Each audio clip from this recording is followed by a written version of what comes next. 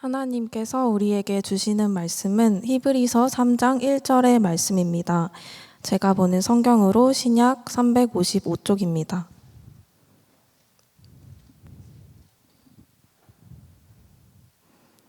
이제 히브리서 3장 1절의 말씀을 봉독하겠습니다. 다 함께 일어나셔서 하나님의 말씀을 경청하시기 바랍니다. 그러므로 함께 하늘의 부르심을 받은 거룩한 형제들아, 우리가 믿는 도리의 사도이시며 대제사장이신 예수를 깊이 생각하라. 아멘. 여러분, 추워졌죠? 갑자기 추워졌어요. 이거. 네, 제가 오늘 설교를 이제 생각하고 또 이렇게 준비할 때만 해도 정말 가을의 절정과 같은 날씨였는데 오늘 아침 갑자기 추워졌더라고요. 그래서 원래 설교 첫 마디를 여러분 만취의 계절이에요 이렇게 하려고 했는데 고쳤습니다. 추워졌죠? 이렇게 바꿨어요. 진짜 겨울이 이제 오는 것 같습니다. 여러분, 가을 하면 어떻습니까? 좋은 계절이잖아요. 꽃이 피고 하늘도 좋고 바람도 좋고 때때로 가을비가 추적추적 내리기도 하는데 그것도 좋고 참 좋은 계절이 가을인 것 같습니다. 저는 가을을 참 좋아하는데 근데 저한테는 좀 많이 힘든 계절이기도 해요. 제가 안 그렇게 생겨가지고 가을을 좀 세게 타거든요. 추워지면 괜찮아져요. 예, 5만 가지 생각이 머리를 휘젓고 다닙니다. 막 엉키게 해요. 그렇지만 저는 좋아요. 저는 이 계절을 즐기고 있을 뿐인데 주변에서 난리죠. 전도사님 무슨 일 있으세요? 요즘 우울해 보여요. 괜찮으세요? 걱정해 주시고 또 지난주에는 어떤 분이 밥도 사주시더라고요. 힘내라고. 감사하죠. 그래도 좋습니다.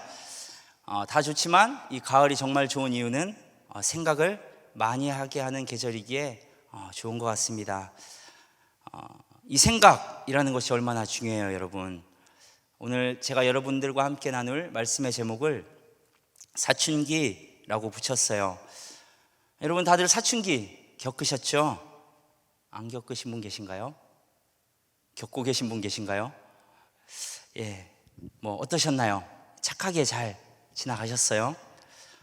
물론 저도 그 시절을 지나왔는데 저는 좀 착해서 엄청 티내거나 반항을 하거나 하지는 않았다고 저는 생각을 해요. 근데 순전히 저의 생각이고 저희 부모님께 여쭤보면 물론 저와는 조금 다른 생각을 가지고 계실 수도 있긴 합니다. 사춘기 어떤 한자 쓰는지 여러분 아시나요? 생각할 사, 봄춘 여기까지 생각나잖아, 그렇죠? 제가 이거 물어보려고 주보에 이 한자도 써놨어요. 맞습니다. 생각할 사에 봄춘 그리고 기. 한글로 풀어보면 생각하고 봄을 그리고 기자를 쓰는 거죠. 이 기자는 이런 뜻이래요. 기다리다, 기대하다, 기약하다, 바래다. 그래서 생각하며 봄을 기다리는 때, 생각하며 봄을 기대하는 때, 또는 생각하며 봄을 기약하는 때, 생각하며 봄을 바래는 때, 이렇게 이야기할 수 있겠죠. 뭘 가져와도 뜻이 참 좋죠. 봄바람처럼 이렇게 슬며시 우리에게 찾아와서 정말 폭풍같이 우리의 생각, 마음을 휘저어놓고 언제 그랬냐는 듯 떠나버리는 것, 이게 사춘기인 것 같습니다. 그런 폭풍 가운데 우리는 생각하죠. 그리고 기약하고 기대하고 바라는 것이에요. 나에게 찾아올 봄을 생각하는 것이죠. 그게 사춘기입니다. 누군지는 모르겠지만 이 이름을 붙인 사람은 분명 시인인 것 같아요. 그 폭풍 같은 때를 그걸 보고 이렇게 멋진 이름을 사춘기 이런 멋진 이름을 붙여놨잖아요. 이 사춘기의 아름다운 면을 보고 이름을 붙인 것이 아닐까라는 생각도 하게 돼요. 바로 생각하는 때라는 그것을 바라본 것이죠. 생각이 어떤 것이든 괜찮습니다. 세상에 대한 저항이라든지 또는 답답한 삶의 굴레에 대한 고민이라든지 현실과 이상 사이에서 오는 괴리에 대한 고민, 심지어 아무 이유 없는 반항이라도 괜찮아요. 그렇게 생각할 수 있기에 또 현실과 주어진 상황을 떠나서 자신과 진지한 대화를 마음껏 할 수 있는 시간이 바로 이 사춘기의 아름다운 점, 또 이 사춘기를 우리가 아름다운 시기라고 생각할 수 있는 것 같습니다. 물론 저 뒤에 계신 선생님들은 생각하시겠죠. 전도사님이 아직 사춘기 아이를 안 키워봐서 그런 소리를 하는 거예요. 그러실 수 있죠. 맞아요. 저는 아이가 없습니다. 그렇지만 전 부모의 입장에서 이야기하는 게 아니고 여러분의 입장에서, 또 저의 입장에서, 어쨌든 이 사춘기, 우리가 살아가는 인생에서 가장 아름다운 한 시절인 것은 분명한 것 같아요. 생각하는 때거든요. 이 독일의 작가 레마르크가 쓴 이 서부전선 이상 없다라는 책을 보면 정말 참혹한 전쟁터의 이야기가 나오죠. 수많은 청년들이 이 전쟁터에서 희생됩니다. 전쟁이 다 그런 거잖아요. 희생이 없을 수 없으니까. 이 책의 배경은 1차 세계대전인데요. 주인공은 폴이라는 사람이에요. 전쟁 중에 함께하던 정말 많은 사람들이 죽는 모습을 보게 되죠. 그러던 중에 자신도 부상을 당해서 이제 치료하기 위해 잠시 고향으로 돌아가요. 거기서 또 많은 상처를 받죠. 전쟁에 대해서 아름답게 이야기하는 사람, 또 그것을 옹호하는 사람들, 이런 사람들을 보며 자기가 겪은 전쟁은 그런 것이 아닌데 정말 참혹한 곳인데 라는 생각을 하게 돼요. 그리고 이제 치료를 다 받고 다시 그 전선으로 돌아가는 거죠. 그리고 10월에 어떤 하루 정말 이 가을 하늘을 바라보다가 이 폴이 총에 맞습니다. 그리고 죽어요. 슬프죠? 아름다운 이야기가 아닙니다. 이 폴이 죽은 날 이 최고 사령부에서는 서부전선 이상 없음이라는 공식 발표가 나오죠. 책의 제목이죠. 100명, 1000명이 죽으면 그 전선에는 이상이 생긴 거예요. 폭탄이 떨어졌다거나 수많은 적들이 밀려왔다거나 그런 거죠. 그런데 한 사람이 죽은 것으로는 아무런 이상이 없는 것이죠. 그런데 여러분 생각해 보세요. 죽은 폴의 어머니는 과연 그날 이 서부전선에 아무런 이상이 없는 것이 맞습니까? 아니라는 거예요. 그 가족들에게는 그날 서부전선에서 세상이 무너지는 일이 생긴 것이죠. 여러분, 들리는 대로 살면 우리는 삶의 방관자가 되는 것입니다. 우리는 항상 생각하며 살아야 하는 거예요. 무엇이 과연 옳은 것인지, 무엇이 그른 것인지를 생각하며 살아야 하는 것입니다. 그것이 다만 나의 고집과 아집이 아니라면 모두가 손가락질하고 그렇게 살아가면 안 된다 할지라도 지켜낼 수 있어야 되는 것입니다.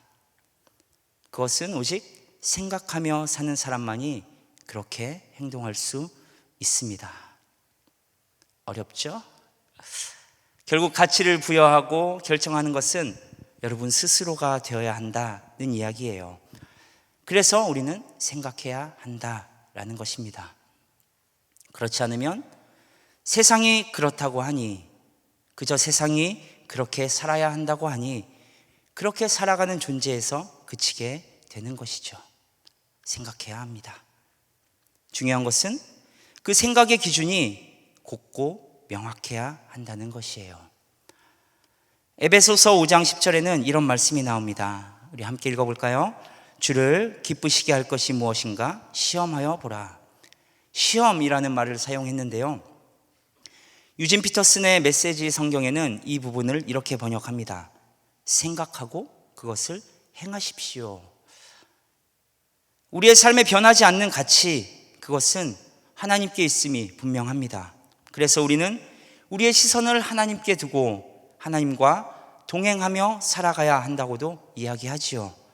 그리고 동행은 이제 관계에서 시작되는 거거든요. 이 동행, 관계, 뭘까요, 여러분? 이 관계라는 것이 시작하기 참 어려워요. 그런데 시작은 했다 하더라도 지속시키고 깊어지기는 더 어렵습니다. 누군가의 관계가 어느 순간 어떤 이유에서든 시작이 되지요. 그때는 이제 서로에 대한 마음은 정말 작고 감정은 날뛰는 그런 시기인 거예요. 그런 가운데 때때로 실수도 하고 서로에게 상처를 줄 수도 있습니다. 많은 관계들이 깨지기도 합니다. 그러나 서로의 이야기를 들어줄 마음이 있는 관계는 그 가운데 한 걸음 더 나아가게 되는 것이죠. 그 순간 동행이 시작되는 거예요. 그때서야 서로를 알아가게 되는 것이죠. 그 사람이 좋아하는 것은 무엇인지, 싫어하는 것은 무엇인지, 어떨 때 기뻐하고 어떨 때 슬퍼하는지 알아가게 되는 것입니다. 문제는 이렇게 되기까지 정말 많은 시행착오들이 있고 또 우리는 그것을 겪을 수밖에 없다는 것이죠. 그렇지만 내가 나와 동행하는 사람을 기쁘게 해주고 싶다는 마음이 있다면 이제 그런 시행착오들을 통해서 깨닫게 됩니다. 내가 소중하게 여기는 사람이 기뻐한다면 나도 함께 기뻐진다는 것을 말이죠. 그제서야 친해지는 거예요. 작고 튀어다니던 마음이 잔잔하지만 넓어지고 커지고 깊어지는 것입니다. 조금 전에 함께 읽은 에베소서 말씀이 바로 그걸 말하고 있는 거예요. 너희가 하나님과 관계를 맺고 동행하기 시작하고 친해지려 한다면 어떻게 해야 할지 생각하고 그것을 행하도록 하여라. 이어령 선생님께서 돌아가시기 전에 우리가 살아가는 삶 가운데 생각하는 자로 깨어 있으려면 어떻게 해야 합니까? 라는 질문을 받으시고 이렇게 대답하세요. 뜬 소문에 속지 않는 연습을 하십시오. 있지도 않은 것으로 만들어진 풍문의 세계에 속지 말고 스스로에게 묻고 또 물어 진실에 가까운 것을 찾으려고 노력해야 합니다. 어른들은 머리가 굳어서 다 안다고 생각합니다. 그건 착각이에요. 다 안다고 생각하니 아이들에게 쓸데없는 거 묻지 말라고 단속도 합니다. 그런데 쓸데없는 것과 쓸데있는 것의 가치 차이가 무엇인가요? 잡초와 잡초 아닌 것의 차이는 무엇인가요? 그건 누가 정하는 것입니까? 또 어렵죠? 우리는 세상 가운데 살아가고 있죠. 그렇지만 세상과는 다른 가치를 가지고 살아가야 한다는 거예요. 그렇지 않으면 정말 이 실체도 없는 만들어진 풍문에 속아서 끌려다니며 살아가게 되는 것이죠. 스스로에게 묻고 또 생각해서 진짜 가치를 찾아내며 살아가야 하는 것입니다. 그런데 이게 진짜 어려운 거거든요. 그래서 우리에게 필요한 것이 믿음이라는 기준인 것입니다. 그리고 그 믿음은 그 믿음의 기준대로 다르게 살아간다면 여러분은 분명 외롭고 어려운 길을 걸을 수밖에 없게 되는 거예요. 믿음이 없이 생각하는 것은 고집인 것이죠. 생각 없이 믿는 것은 맹신이 될 수밖에 없는 거거든요. 그러나 우리가 그 믿음 가운데서 계속 생각하는 것은 하나님과의 동행의 시작이고 또 하나님과 깊은 관계로 나아가는 그 시작의 걸음이 되는 것입니다. 에베소서 말씀 그 이야기하는 거예요. 주를 기쁘시게 할 것이 무엇인지 시험해봐라. 생각하고 그렇게 행해라. 여러분 누군가를 기쁘게 하려고 노력해 보신 적 있으시잖아요. 물론 저도 있습니다. 그때 기분 어떻습니까? 막 신나잖아요. 즐겁고 기뻐요. 내가 수고하고 내 돈도 쓰고 내가 노력하고 힘들여서 생각하고 준비하고 애쓰지만 전혀 힘들지 않아요. 기쁘거든요. 그 사람이 내가 이렇게 했을 때 얼마나 기뻐할까 생각하면서 우리 마음이 즐거운 거죠. 그런데 생각해 보세요. 이렇게 하면 기뻐할 것이다 라고 생각하면서 열심히 준비했는데 받은 상대가 그렇지 않은 거야. 이런 경험도 있으시잖아요. 제가 아는 어떤 분이 선물을 받았는데 곤충 박물관 티켓이었어요. 그분은 이제 벌레, 곤충 뭐 이런 거 되게 싫어하는 분이셨거든요. 이후에 저에게 이렇게 말씀하시는 거예요. 아니 누가 뭔 벌레를 보러 가라고 이걸 나에게 줬다고 그렇게 말씀하시면서 에노가 이거 너나 보러 가라 하고 그 티켓을 저에게 주세요. 우리 목사님들 또 몇몇 청년들은 잘 아실 텐데 저 벌레, 곤충 싫어하는 정도가 아니라 저는 근처에도 가지 않습니다. 살아있는 것 중에 2발, 4발 요 달린 것 제외하고는 공존할 수 없는, 함께할 수 없는 존재라고 생각하는 사람이에요, 전. 그런데 저에게 에노가 뭔 벌레를 보러 가라고 하냐 하시며 곤충박물관 티켓을 저에게 주신 거죠. 제가 어떻게 했을까요, 여러분? 저도 똑같이 했겠죠. 아니 뭔 벌레를 보러 가라고 이걸 나한테 주냐라고 마음속으로 생각했습니다. 나이가 훨씬 많으신 분이었거든요. 기쁘지 않았어요, 그 선물. 이런 건 아주 가벼운 이야기죠. 가벼운 이야기지만 때때로 우리에겐 더 큰 일들이 생기기도 하잖아요. 이 상대에 대해 알지 못하고 관계가 쌓이지 못하면 나의 호의가 상대방에게는 불편한 감정이 될 수도 있다는 거예요. 그래서 우리는 생각하고 알아가야 하는 것입니다. 그런데 하나님과의 관계 역시 마찬가지거든요. 생각하고 알아가고 쌓여져 가야 하는 거예요. 하나님을 알아가고 하나님이 기뻐하시는 일이 무엇인지를 생각해야 하는 것이죠. 우리가 원하는 것을 하나님께 구하고 그것을 맞춰주시는 것이 아니라 하나님이 원하시는 것이 무엇인지 우리가 알아가고 거기에 맞춰가는 거예요. 우리의 삶을요. 하나님은 완전하시고 실수가 없으시다는 것을 우리가 알고 믿을 때 하나님이 기뻐하시는 일이 우리 삶의 기쁨이 될 것을 확신하게 되는 것입니다. 어려운 말이 될 수도 있지만 우리와 동행하기 위해 하나님께서 길을 바꾸지 않으십니다. 우리가 그분이 계신 곳으로 나아갈 수밖에 없는 거예요. 그런데 그 노력이 하나님이 기뻐하시는 노력이 아니라면, 또 하나님이 계시지 않는 곳이라면 얼마나 허무한 일이 될까요? 이 사무엘하 6장에서는 하나님의 궤를 되찾아오기 위해 다윗이 했던 일들을 기록하고 있습니다. 다윗이 왕이 되기까지 정말 수많은 어려움들을 겪었어요.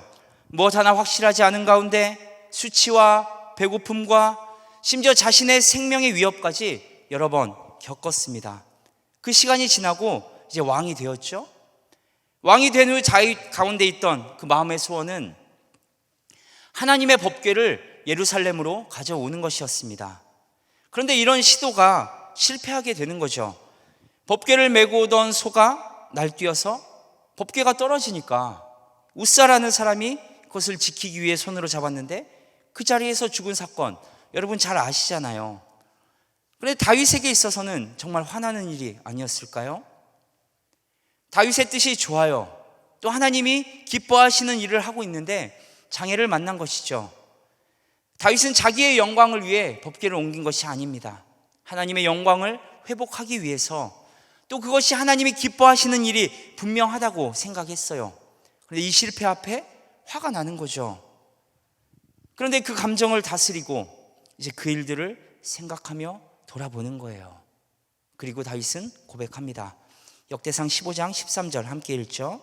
전에는 너희가 매지 아니하였으므로 우리 하나님 여호와께서 우리를 찢으셨으니 이는 우리가 규례대로 그에게 구하지 아니하였음이라 하니, 우리가 규례대로 그에게 구하지 아니하였음이라.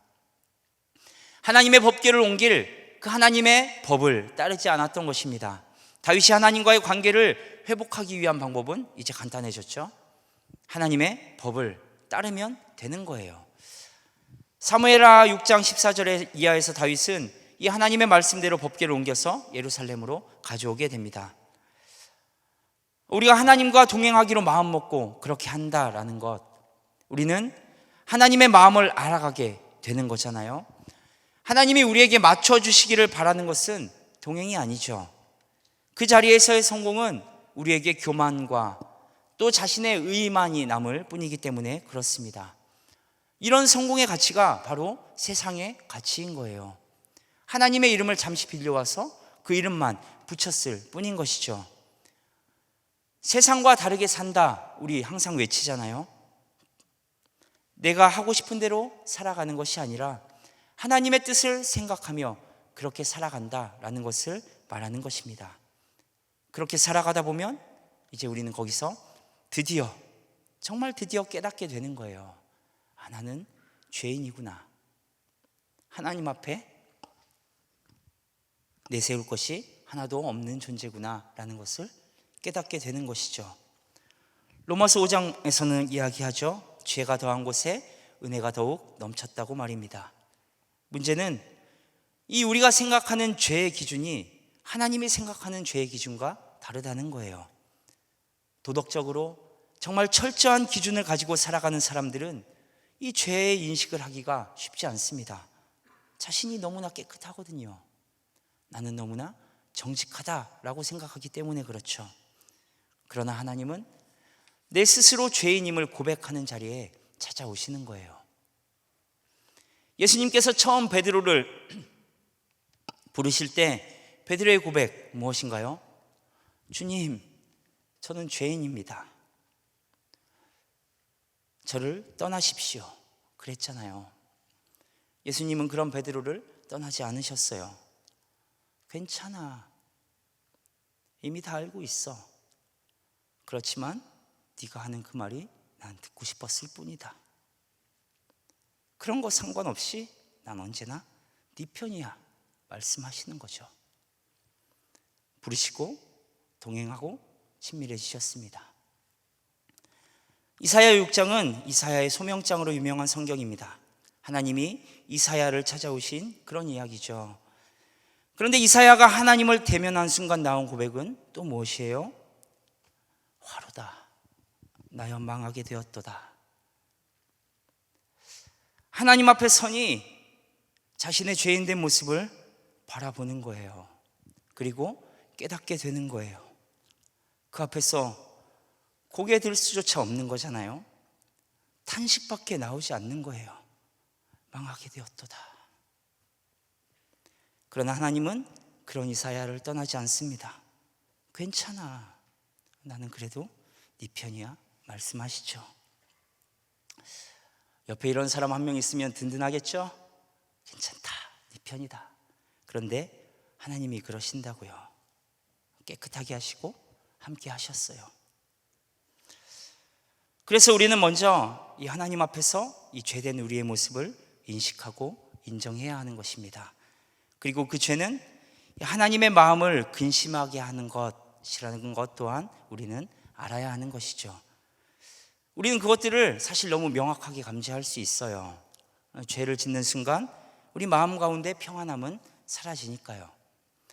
그 전까지는 정말 아무렇지도 않았던 일인데 어느 순간 마음이 불편해져요.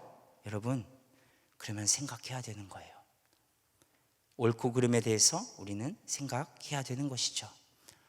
그런 생각들을 통해 우리가 다시 평안함을 찾아가는 과정이 우리가 하나님 앞으로 한 걸음 더 나아가는 시간들인 것입니다. 그래서 그리스도 안에서 평안함과 죄는 함께 있을 수 없다라고 말하는 거죠. 자비와 은혜의 차이가 뭘까요, 여러분? 너가 잘못을 했지만 넘어갈게. 이거 자비예요. 그러나 은혜는 다릅니다.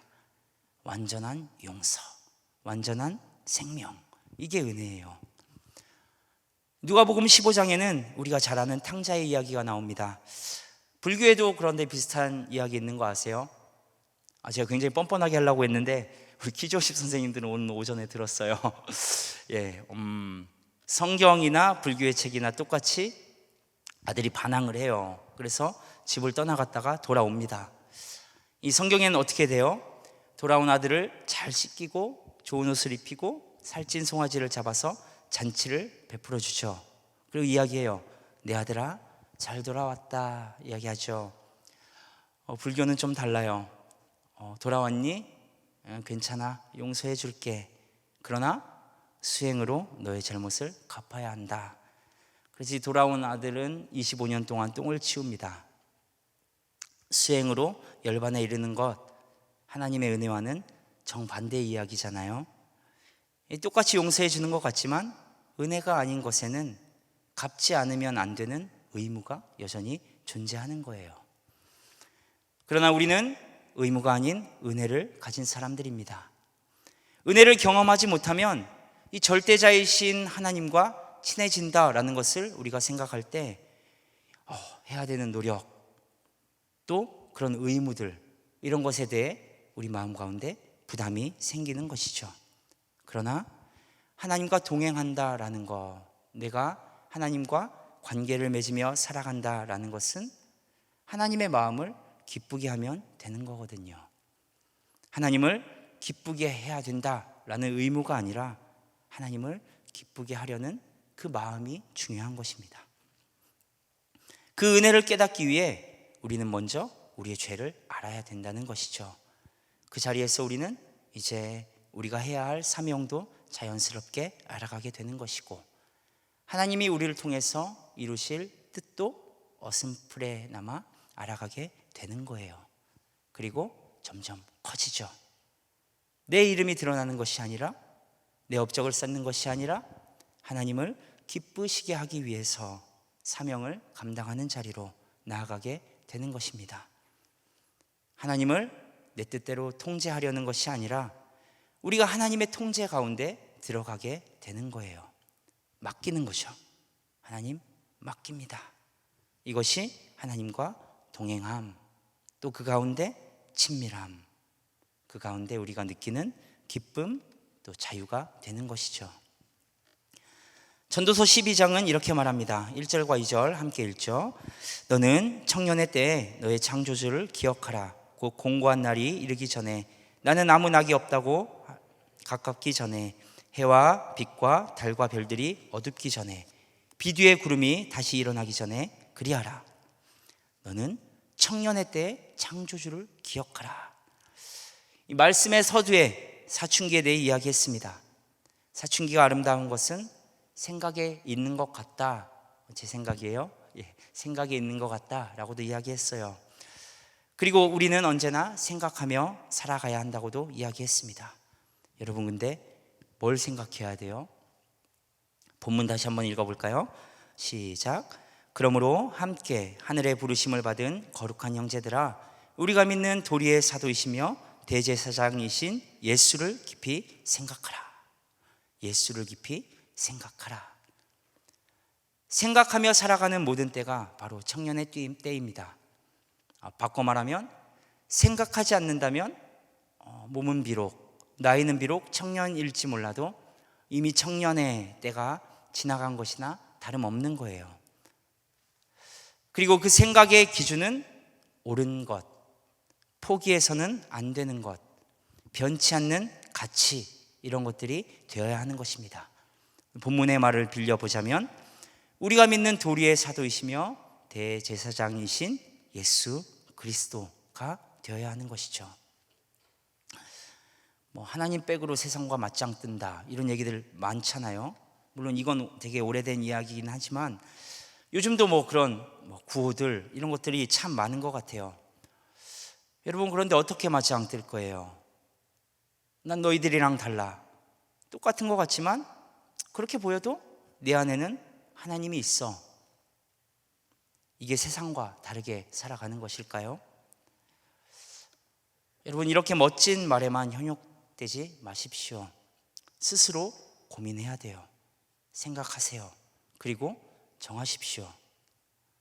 그래도 모르겠어요? 그럼 더 고민하고 또 생각하고 또 정하세요. 그리고 그 자리에서 옳다 여겨지는 일을, 그 길을 하며 그 일을 하며 그 길을 걸으십시오. 누가 손가락질 하더라도 가는 거예요. 다 틀렸다고 하더라도 가는 거예요. 끌려다니면서 살지 마십시오. 여러분이 그렇게 걸어가는 길 가운데 분명히 돕는 손길이 나타날 것입니다. 응원하는 사람이 나타나고 또 함께 동행하며 걸어갈 사람도 나타날 거예요. 그렇다면 그 사람들은 무슨 일이 있어도 지켜내야 하는 것이죠. 여러분도 그 사람들을 돕고 응원하고 동행하십시오. 그런데 설사 아무도 없다 한들 어떻습니까? 이어령 선생님은 마지막 수업에서 이렇게 말씀하시거든요. 다르게 산다는 건 외로운 거네. 그 외로움이 모든 사회생활에 불리하지만 그런 자발적 유폐 속에서 시가 나오고 창조가 나오고 정의가 나오는 거지. 아무도 없어서 외로워지는 게 아니에요. 다르게 살기로 작정했기에 외로워지는 것입니다. 그러나 하나님은 그렇게 살기 위해 고민하고 생각하며 걸어가는 여러분의 길을 응원하고 도우시고 인정해 주실 것입니다. 여러분 평생 청년의 때를 살아가십시오. 하나님의 길을 따라 살아가기 위해 생각하고 고민하는 이 영적 사춘기의 시기를 놓치지 마십시오. 괜찮아, 네 편이야 말씀하시는 그 하나님 앞으로 나아가십시오. 하나님과의 더 깊은 관계를 생각하며 기약하며 기대하며 바라고 나아가십시오. 세상의 시선에 흔들리지 말고 하나님과 진지한 대화를 계속해 나가십시오. 그렇다면 이 부족하고 연약하지만 그렇게 나아가는 여러분의 삶을 통해 하나님은 기뻐하시고 또 언제나 옳은 길을 선택할 은혜도 부어주실 것입니다. 그 은혜를 하루하루 더 크게 느끼며 누리는 여러분들 되시기 바랍니다. 기도하겠습니다. 하나님, 우리 삶 가운데 하나님을 향한 마음과 생각이 계속되어지기를 소망합니다. 하나님의 기쁨 되는 삶을 위해 고민하고 애쓰는 우리 청년들의 삶 가운데 함께 하시는 하나님을 언제나 느끼며 살아가게 하여 주시고 그 은혜로 세워져가는 우리의 삶을 통해 하나님 영광 받아 주옵소서. 예수 그리스도의 이름으로 기도드리옵나이다. 아멘.